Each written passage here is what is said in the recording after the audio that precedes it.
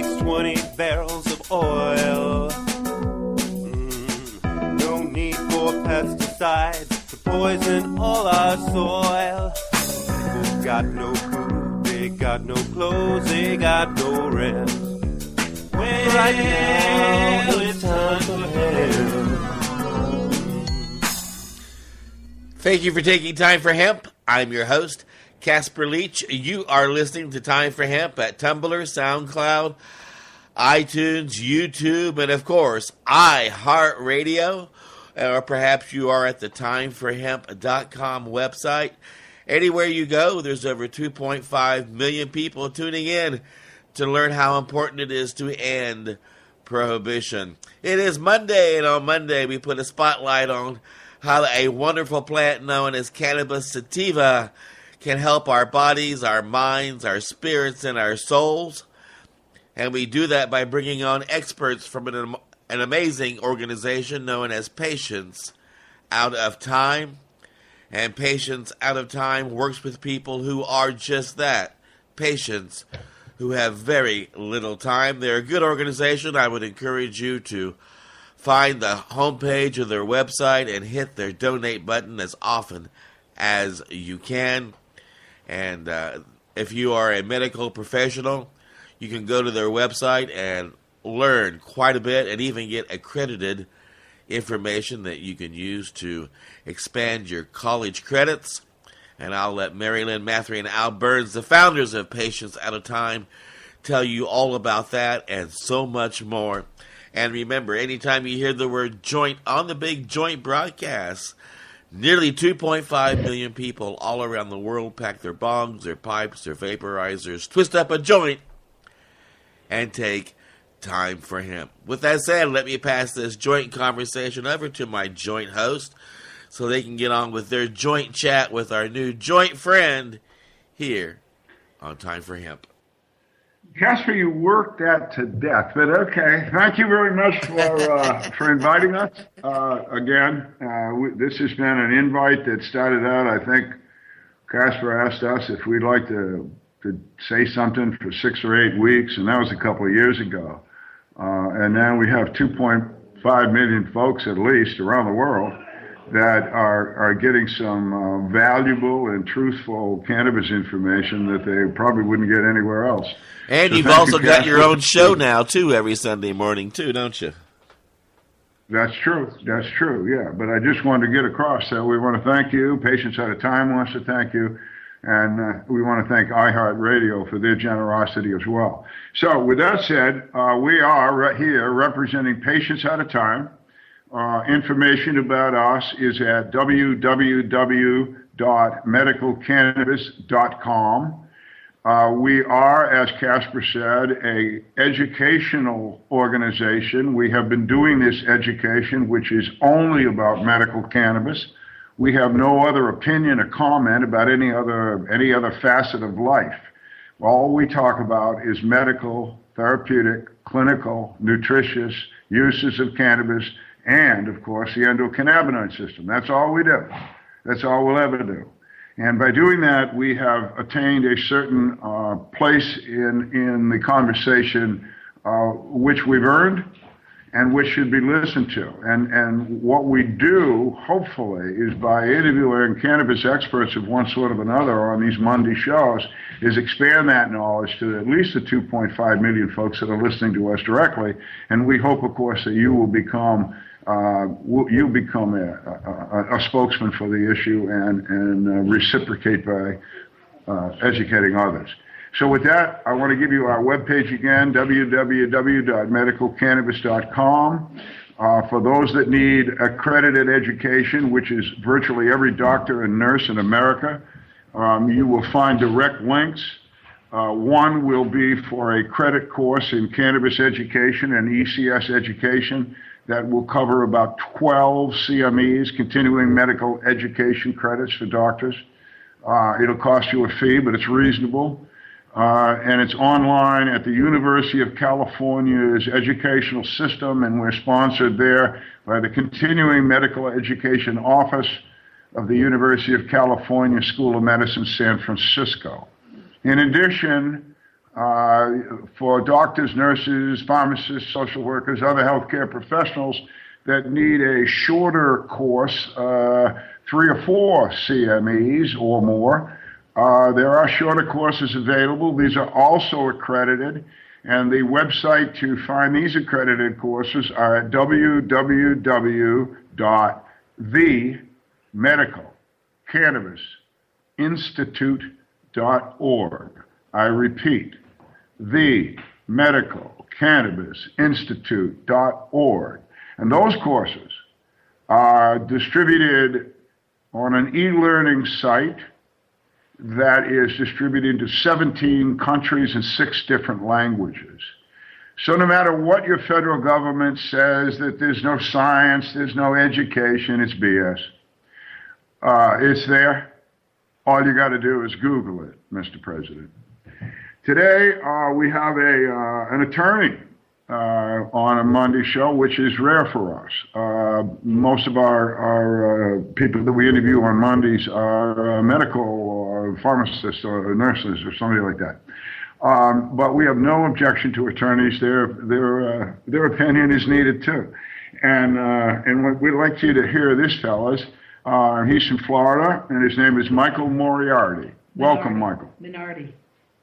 Hello, yeah. Minority. Thank you very much for having me. Yeah, Minority. I'm sorry, I said that wrong. I'm an Irishman, and I want everybody else to be Irish, you know, Michael?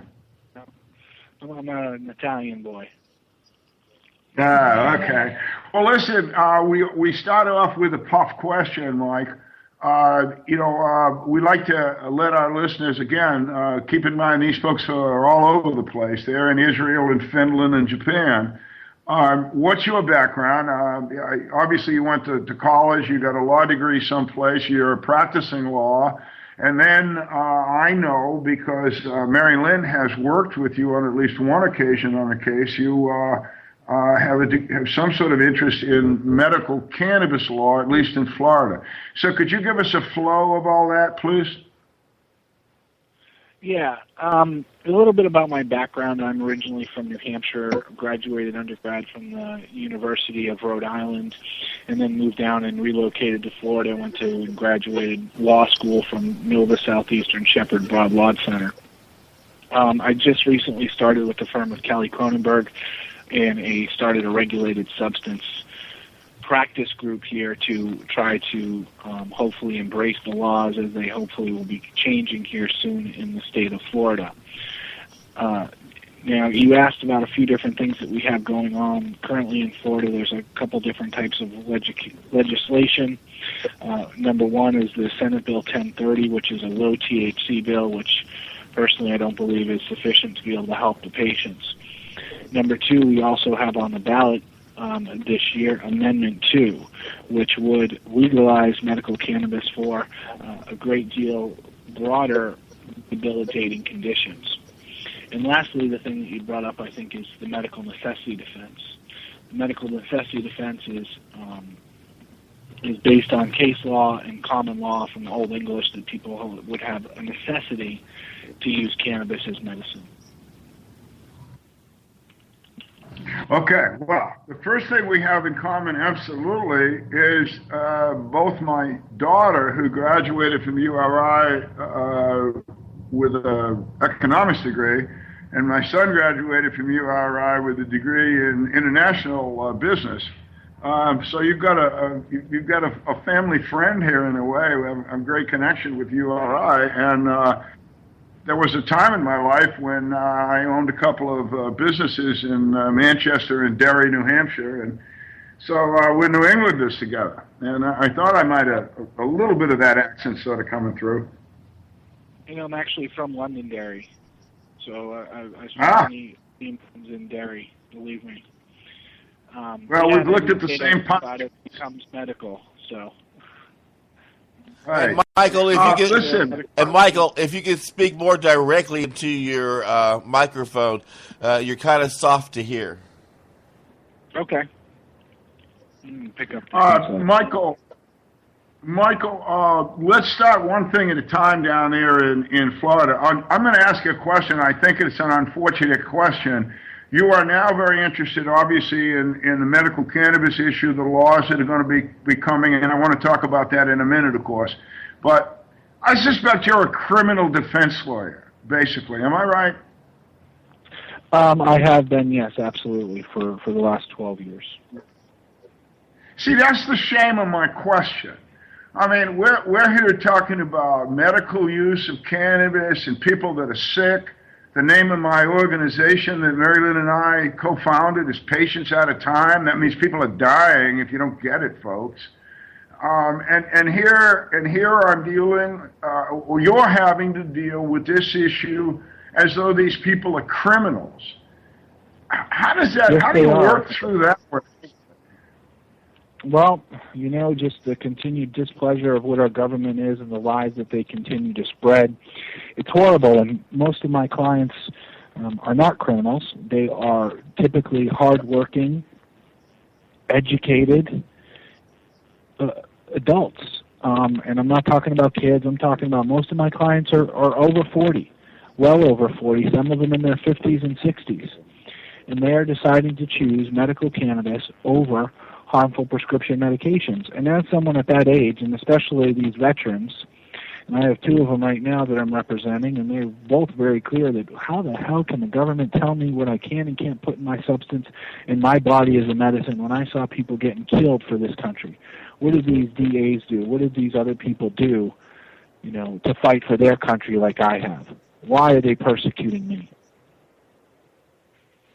Well, you just it's bad. It's a violation of human rights from my perspective. Well, thank you, sir. I agree completely, and I don't know if you know anything about me, but you just got to a super core issue on me when you talk about veteran mistreatment in the United States, including in Florida. So let's get to that again in the future. Here we got some more time, but I want you to tell the folks that are listening, because a lot of them are in Florida, and I hope a lot of them have something to do with voting. Because if these folks don't vote, then everything we're talking about becomes useless for another year. We need to get the people out in Florida to vote for Amendment 2. It's not a perfect amendment. It's nothing I would have liked to have written, but it's better than nothing, and nothing is what these folks have now. So let's go to Amendment 2. What is it? Why is it bad? Why is it good, Michael? Well, Amendment 2 is great. It would provide, as written, reasonable access to patients with debilitating conditions. It would allow the Department of Health to set forth rules and regulations in order to regulate and control that substance, to make sure that things like children don't get it, people who don't necessarily have a relationship. It's not going to be, that anyone can just walk in and go get a prescription or a recommendation. It's a very good amendment, and it had to be done because the legislature of the state of Florida wasn't acting fast enough and wasn't doing anything in order to assist the patients who are out of time, who are dying, who are suffering a horrible, horrible quality of life as a result of not being able to use cannabis as medication. Well, of course, again, I completely agree with you. We're simpatico all the way here. And I would like to point out to the people that are listening, whether they're in Florida or someplace else, because this is a universal truth I'm going to give you. These people, these men and women who are representatives of us, apparently elected in some fashion, are making laws and rules up about medical treatment, and these people have no medical training. None. They're not doctors. They're not nurses or pharmacists. They're not anything medical. I'm sorry, Michael, but what they are law enforcement personnel and attorneys in the main. So you're a nice guy. How much medical training have you had?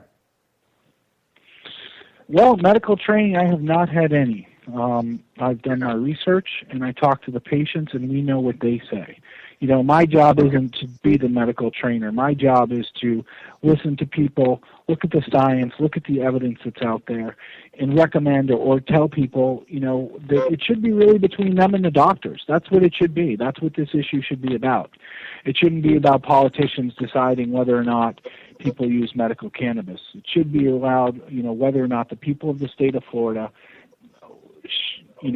agree that individuals and adults using it responsibly should have the choice between that and other prescription medications. Okay, agreed. But listen, here's the question. Listen, but these legislators you're talking about, they're just guys like you, right? They're attorneys. I mean, if you're smart, well, wait a minute. If you're smart enough to Google this information and understand patients out of time exists and understand the seriousness of the endocannabinoid system discovery, well, how come these guys don't? That's a good question, and I'd like to say follow the money trail, and you'd probably be able to find your answers. Yes, but true. Oh, come on! You're making everybody believe Shakespeare was right. Kill all the lawyers first.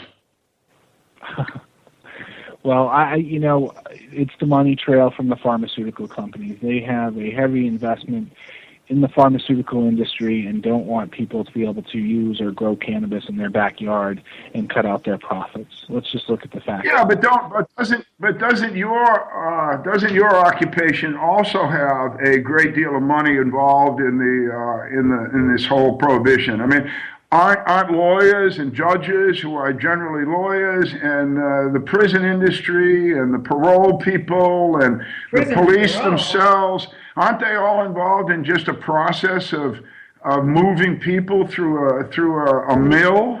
And doesn't everybody benefit from that as well as the pharmaceutical people? I don't think the taxpayers and the people and the criminals, the people who are being moved to benefit in any way. It costs approximately, I think the national average is $30,600 a year to house an inmate. Number one. Number two, why then is cannabis laws and arrests for cannabis one of the only things that people get paid for? Law enforcement agencies actually get paid for drug arrests. I know in St. Lucie County they get paid about $150 for every cannabis arrest that they make. Well, let's talk more about this if we can, Michael. We have to take a break right about now.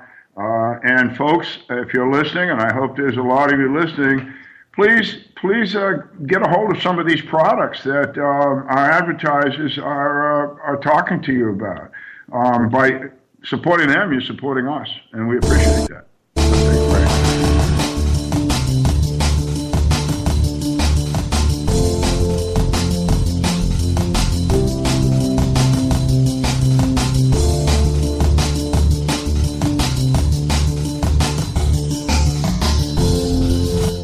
You are listening to the Time for Hemp Global Broadcasting Network.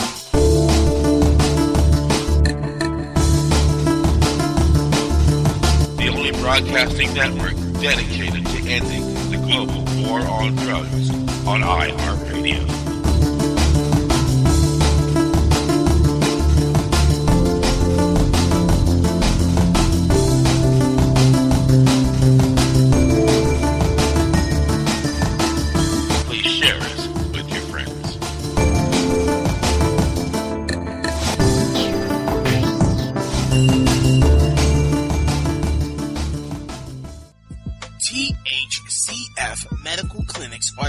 Physicians clinic in the United States. THCF has offices all across the United States from Hawaii to Michigan. THCF Medical Clinics has helped approximately 150,000 patients obtain their medical marijuana permits to legally possess, grow, and use medical marijuana. If you have chronic pain, multiple sclerosis, or any other neurological degenerative disease, or if you have any gastrointestinal disorders such as GERD, irritable bowel syndrome, or if you have AIDS, cancer, spastic disorders, seizure disorders, or glaucoma, call us at 1-800-723-0188 or visit us online at hemp.org.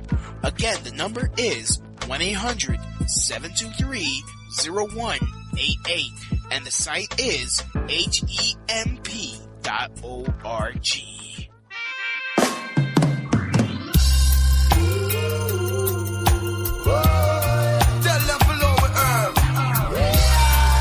Short plant, what them call it, ganja. Ask Babylon this. Why them the coke, destroy the world. Why them a fight the earth? When the cracker kill we boys and girls. Why them a fight the earth?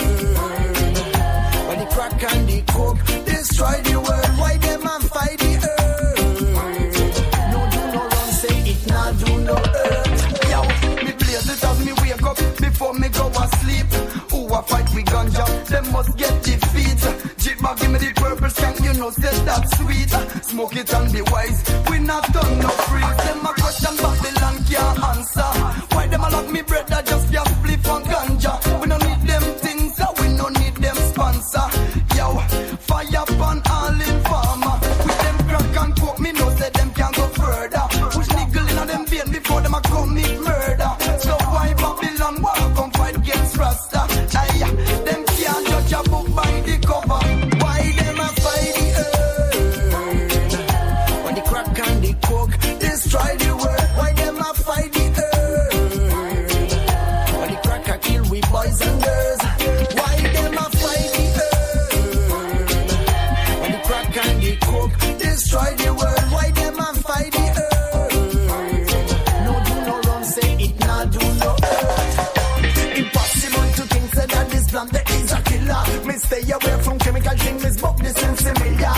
Illegal is the thing that you can do alone. We tell the youth to choose, stay away from Babylon and from wrong. Plant a seed and build against some weed.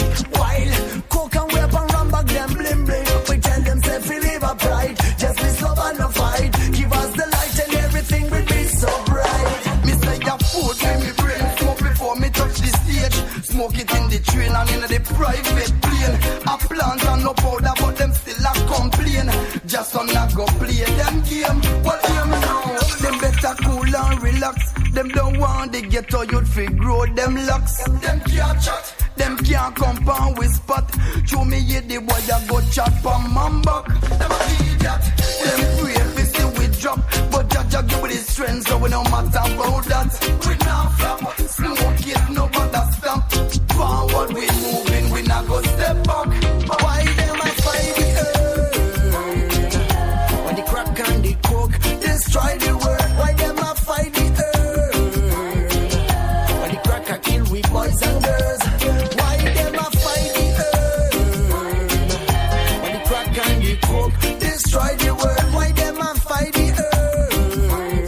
No do no wrong, say it not do no hurt.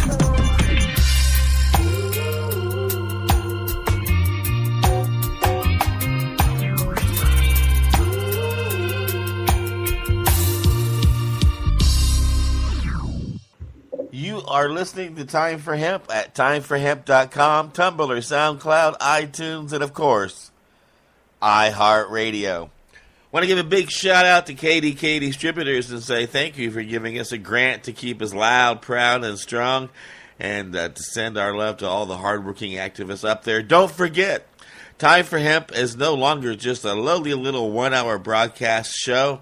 We have grown into a network that is broadcasting 24 hours a day, 7 days a week, with over 40 hosts, bringing you more than 65 hours a week of original content about the need to end prohibition. It is Monday, Healthy Mondays here on the Time for Hemp broadcast program, and don't forget, we are like a good joint. We are best when shared with friends. I'm going to pass the conversation back to my joint host here at Time for Hemp. Thanks again, Casper. This is Al Byrne with Lynn Mathre for Patients at a Time, www.medicalcannabis.com. And as I spoke earlier on the show, what we do is education. That's all we do is education, and all we do it about is the clinical therapeutic uses of cannabis.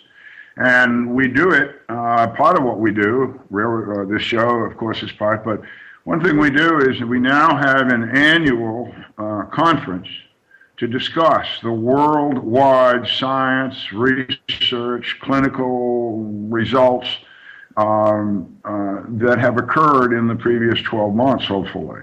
Our next one is in West Palm Beach, Florida, who happens to be, and our guest, Michael, is in that's his hometown. Well, we're going to be in West Palm Beach, Florida. We're going to be there on May 21, 22, and 23 of 2015. The conference will be held at the Palm Beach County Convention Center. That's in West Palm Beach, Florida. And it'll be the 9th clinical cannabis conference on cannabis therapeutics held in this country since the year 2000. The 9th. Now, this is an accredited conference. That means that the doctors and nurses and the pharmacists can go to this conference, get medical education, continuing medical education credits for attending. Not only that, they really learn something. And here's the difference between those that attend our conferences and those that have not or have not taken our online courses.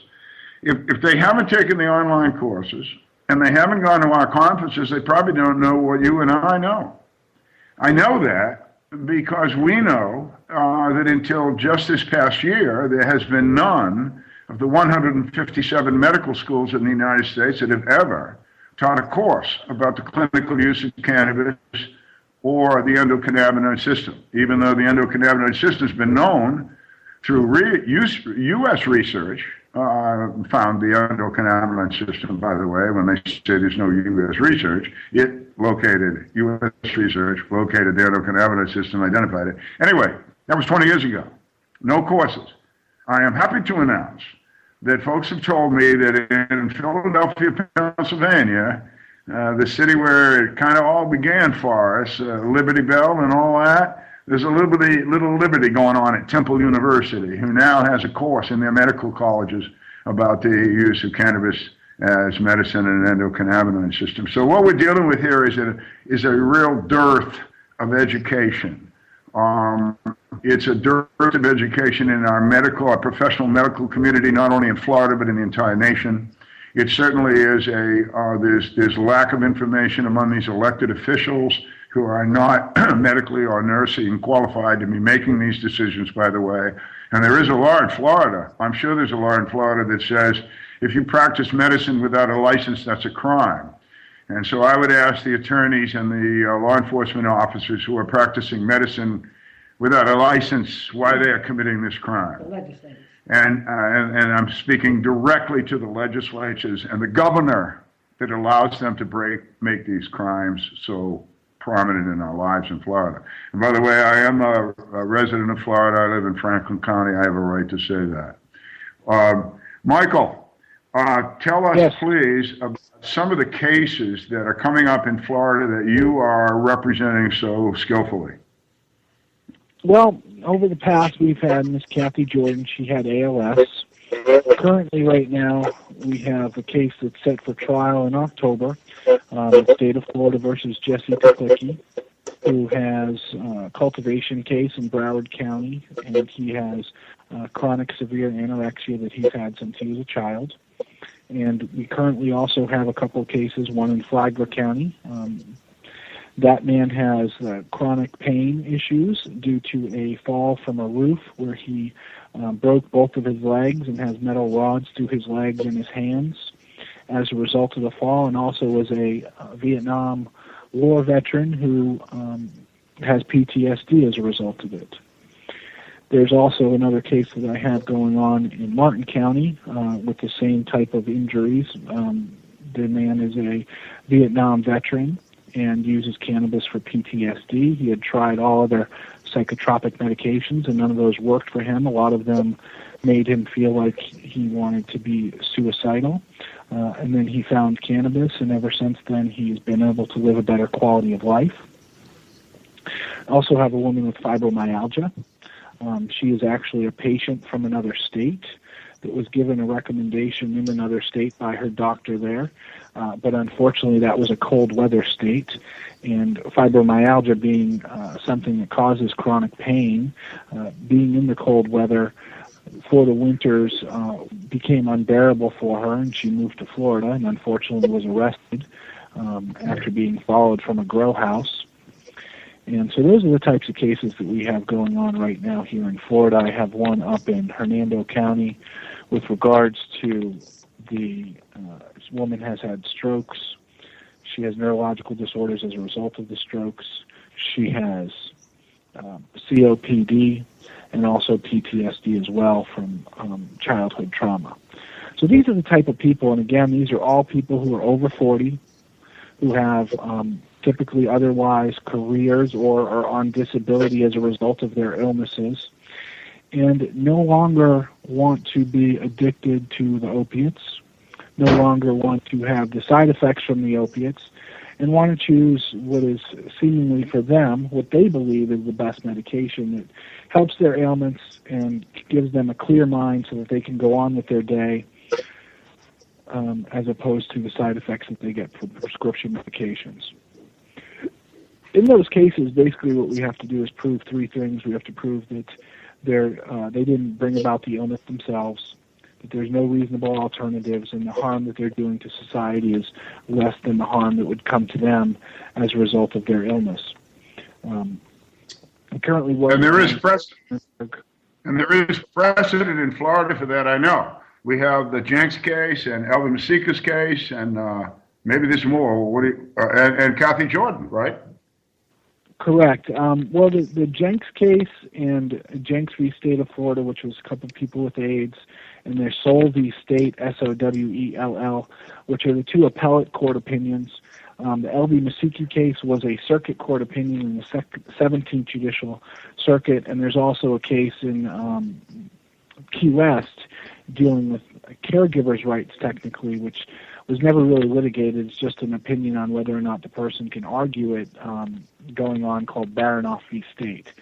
Kathy Jordan never actually went to court. Her case, the state attorney's office reviewed the evidence, and in their discretion, because the state attorney's office has discretion to charge or not charge people, they decided to drop the case after you were talking about Philadelphia before, as a result of talking to Dr. Dennis Petro, who is from Philadelphia, and I know has testified in front of the legislature there many times in regards to the medical uses of cannabis. But these people are good people, not harming anyone, just trying to use cannabis, to save their lives from what their perspective is. Yeah, Mike, that's one of the things that I was thinking when you were saying those cases. Can you even go back to maybe some of them, like in terms of how did it come about that they got arrested, that they got charged? Again, to try to convince people they're not dangerous people running around hurting others. No, they're absolutely not. And one of the questions that I ask pretty much all law enforcement in these cases during depositions or when they're in sweared under oath is whether or not they knew of any of these people prior to, this incident or them getting arrested, whether or not they're involved in any sales, whether or not they're out on the streets. And resoundingly, I always get the answer of no. Most of the time, it's not even a neighbor complaint or anything like that. These things seemingly come from anonymous tips, allegedly. A couple of the people were followed from grow stores to their residence, or their tag was pulled, and then the officers later looked up their residence. I mean, Kathy Jordan's case is amazing. They were buying a house. Her children were buying a house next door. They ran the extension cord from Miss Jordan's house to a neighboring house so that they could do an inspection on the house. And a real estate agent or someone came by, saw the cord, thinking someone was stealing electricity, and called the cops. That's how the cops ended up at her house. Every situation is a little bit different, but typically, no, these aren't people that are out on the streets. These aren't people that are out committing other crimes. These are people who at the time are in their home trying to do it safely. In a couple of cases, I have the people telling them, the officers, well, why are you doing this? Because I don't want to support the cartels. I'm afraid to go and buy, cannabis on the street. And that's really where the safe, reasonable access is necessary for people to prevent them from harm's way. I did have a case in Miami with a guy with multiple sclerosis, and he was going to buy a small purchase of cannabis, $50 worth, under a felony amount here in Florida, and allegedly he got, according to the police reports, there were 3 other individuals in the car that he was buying the cannabis from. They say that my client had a weapon and threatened them for the cannabis. My client has MS. He's constantly shaking. He uses a walker. And his perspective is they beat him. They shot him in the back twice. and took his money and took off, and then said that my client was the aggressor. When you see this person walking into court, when you look at his medical history, it's highly unlikely and really unbelievable that he would have been anyone who would have, been with a weapon. Anyone in his family didn't know him to have a weapon or involved in a weapon, but someone who could barely walk without a walker. But yet, that's the type of things that happen. People get hurt on the street when they're going out to get it, and they really need safe access. And that's why the majority of my cases are cultivation cases, because they want to be able to know where it came from. They want to make sure it's safe. And, in a few cases, they had their own strain that they had been growing for, 5-10 years, that they had perfected and that they had used because they knew that particular strain worked for their illness better than any other.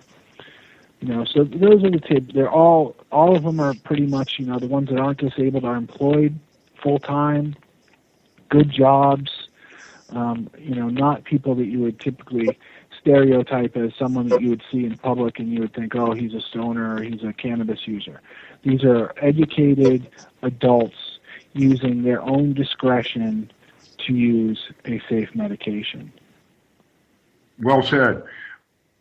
We're going to have to take another break here, folks, a couple of minutes before Michael comes back.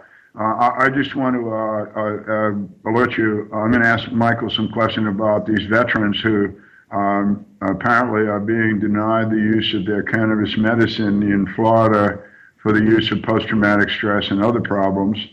I can't imagine a more serious accusation. So please come back. Let's find out why vets are being mistreated in Florida. If you don't know, we're going to tell you.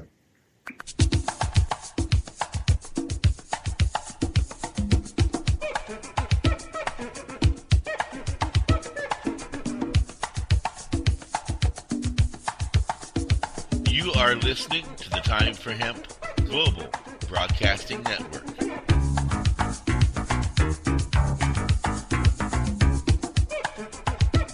Please share us with your friends.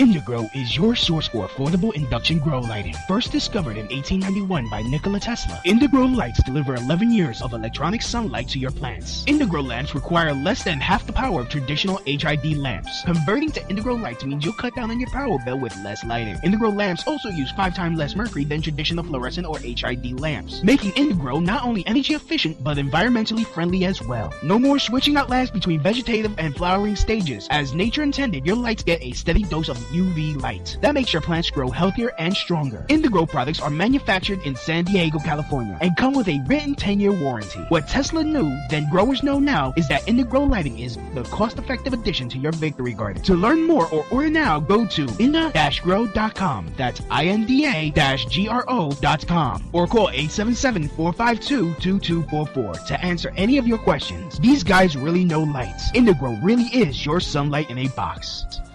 You are listening to Time for Hemp all around the world at Tumblr, SoundCloud, iTunes, and of course, iHeartRadio. We are the only all-cannabis broadcasting network on iHeartRadio. Please share us with your friends. This is Monday. You are listening to Time for Hemp, the show. And on Mondays, we like to focus on how this wonderful plant known as cannabis sativa can benefit our bodies, our minds, our spirits, and our souls. And I'll pass this joint conversation back to my joint host here at Time for Hemp. Thank you, Casper. This is Al Byrne with Patients at a Time, and I'm here with Michael Moriarity, an attorney that fights for cannabis rights with patients he works out of West Palm Beach, Florida. And one of the things he also works for, apparently, I'm going to ask him about this in just a minute, is veteran issue. I'm talking about U.S. military veterans, the guys that everybody's got that yellow ribbon somewhere around hanging out, and they're getting all pale. They're not really refurbished, I notice. But anyway, in Florida, a veteran like myself who uses cannabis daily, and I do, who's a Florida citizen, and I am, who's a military veteran of 24 years service in the United States Navy and retired, cannot use cannabis and go into a Florida Veterans Administration facility and get medical treatment. Once I tell them I use cannabis medically for pain and post-traumatic stress, they call security, and security marches me off the grounds and tells me not to come back until I clean up my act. However, if I were to be visiting Maine and turn myself into a veterans facility because I'm in terrible pain and I need some help, and I tell them I use cannabis as an adjunct medicine for pain, they say thank you for your service and they welcome me into their Veterans Administration facility. And the reason they do that is the Veterans Administration of the United States, the largest health care facility in the world, has by directive twice told its physicians and its nurses and its personnel that cannabis is a medicine and should be treated as a medicine in all VA facilities, in the structure of the VA, as long as the patient, the veteran, lives in the right zip code. And those zip codes are the zip codes that are in the states and the District of Columbia that have medical cannabis laws. Maine has a medical cannabis law. I'm welcomed and thanked for my service. Florida does not have a medical cannabis law. I'm a criminal and removed from federal ground. I'm insulted. Tell us about the other veterans who have been so insulted, Michael. Well, you want to talk about insulted. The VAs here in Florida weren't even allowing people that were getting petitions signed for our ballot initiative to do so on VA property. They were readily telling people to get off the property or they were going to have them arrested for trying to get petitions to put this on the ballot.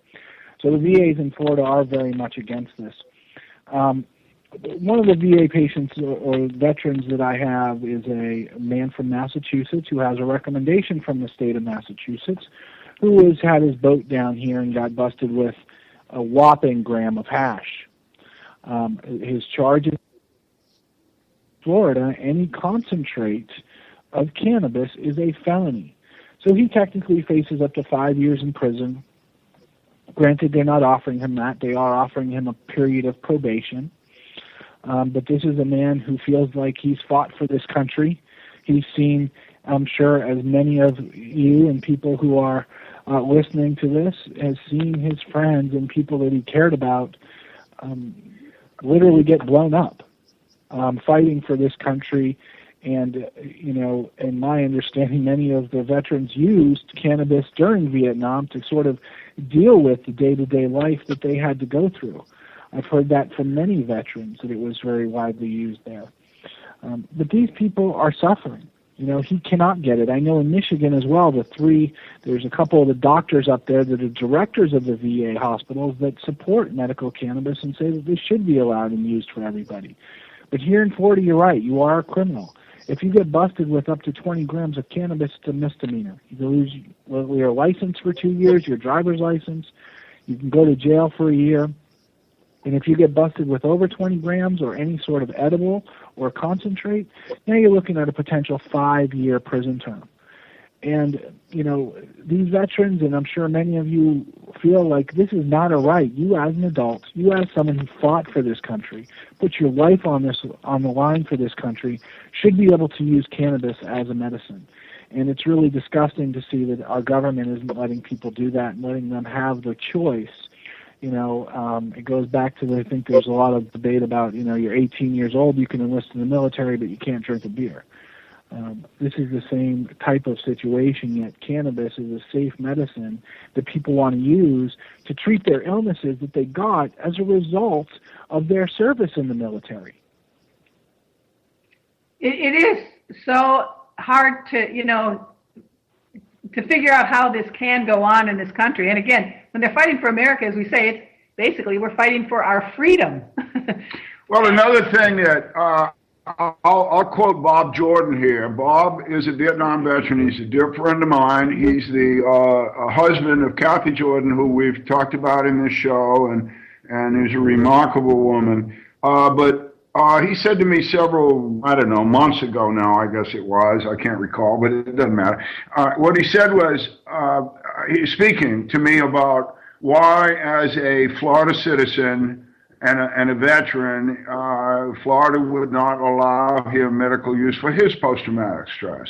And he said, hey, when I joined the Army, and I volunteered to go in the Army, and I went to Vietnam, I didn't fight for Florida. I fought for my country.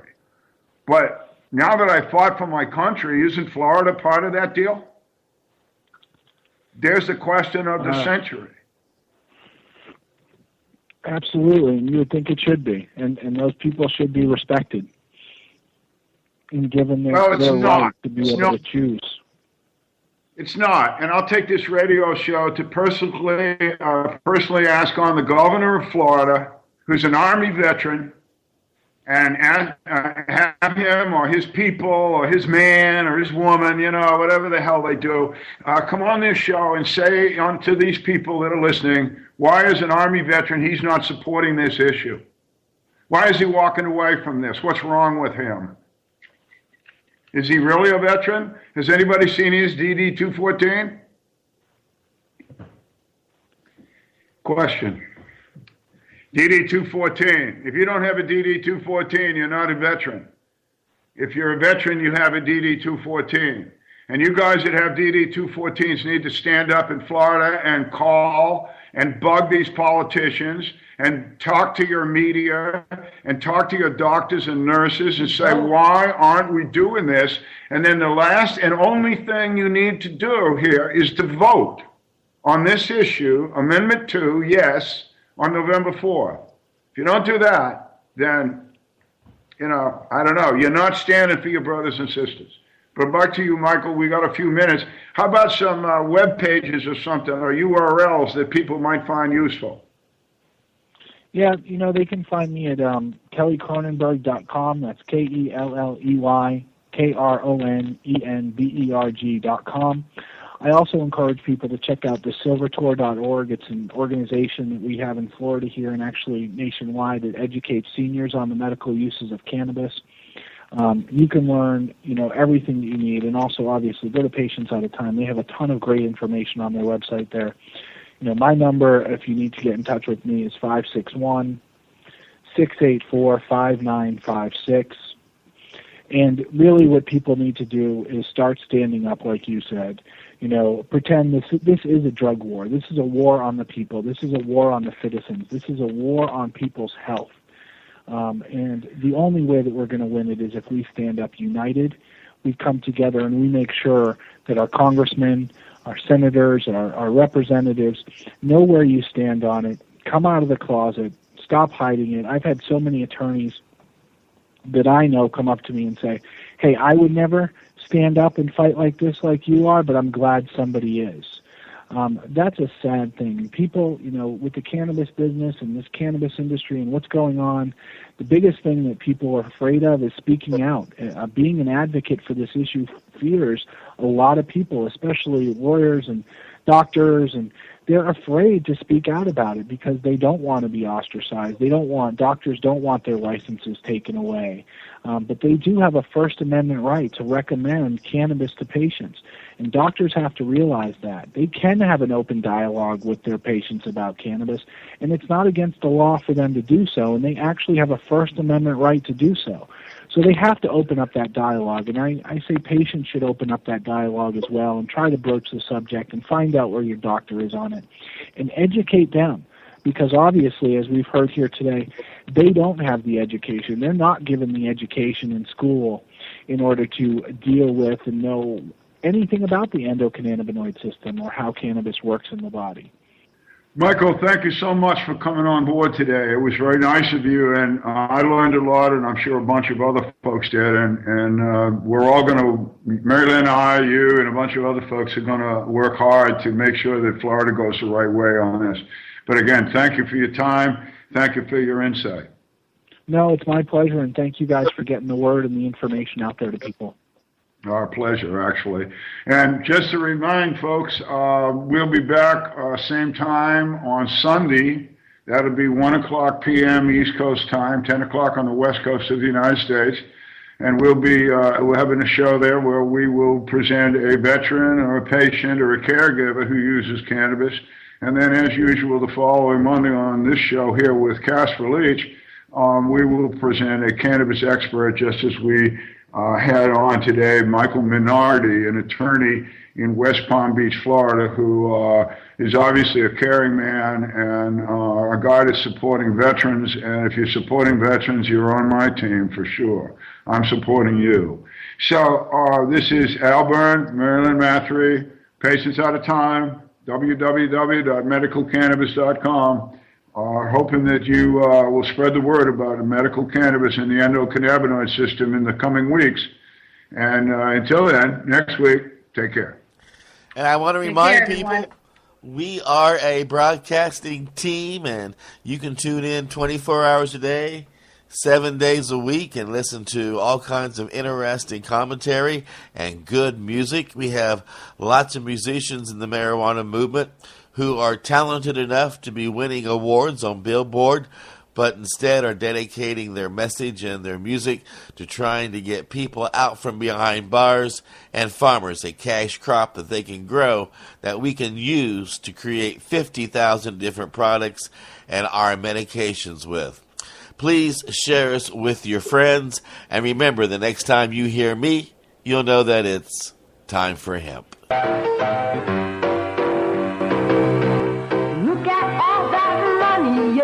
Money that they spent. Take another look and spend some time for him. Don't cut trees for paper, cause it hurts the environment. Stop deforestation, yes, it's time for him. Whoa, an acre of hemp makes 20 barrels of oil. No need for pesticides to poison.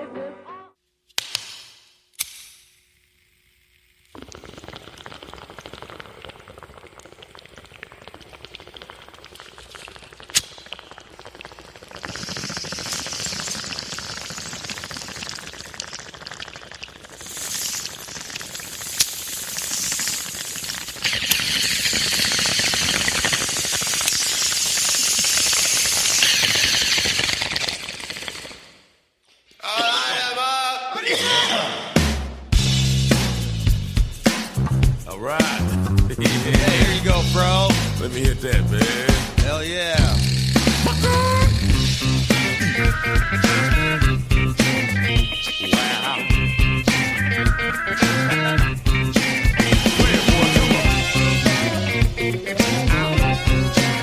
Help him out. Say what?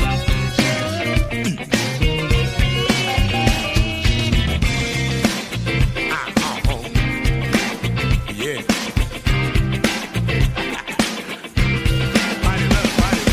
First thing you do when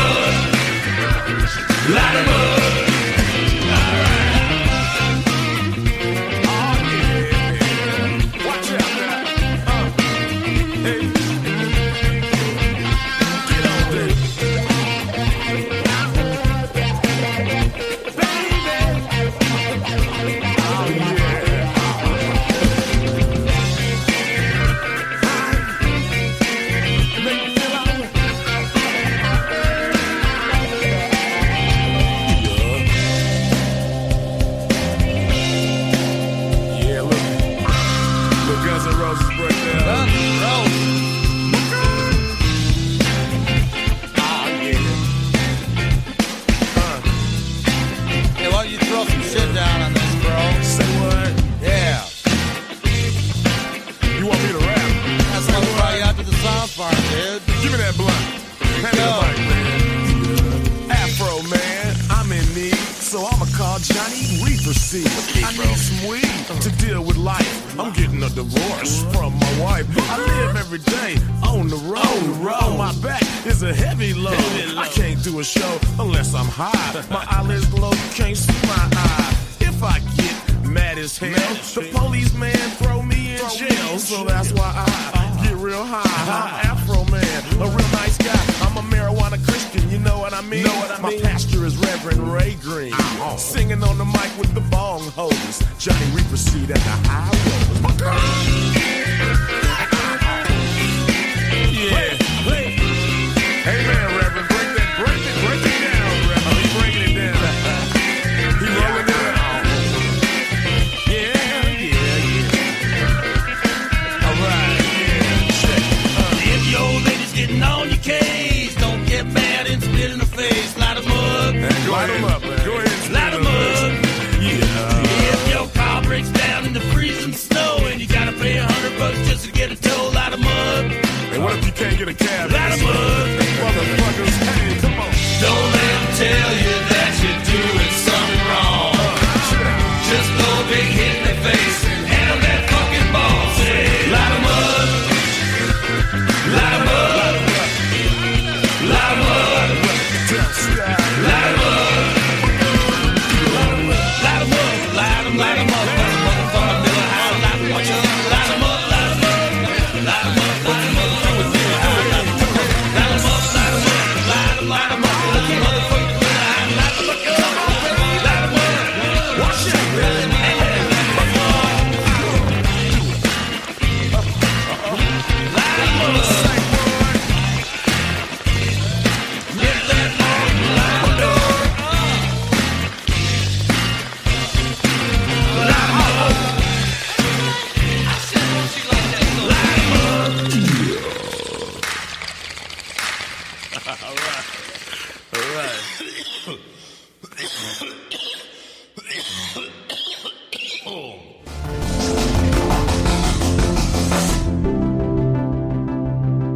You are listening to the Time for Hemp Global Broadcasting Network. The only broadcasting network dedicated to ending the global war on drugs on iHeartRadio. Please share us with your friends.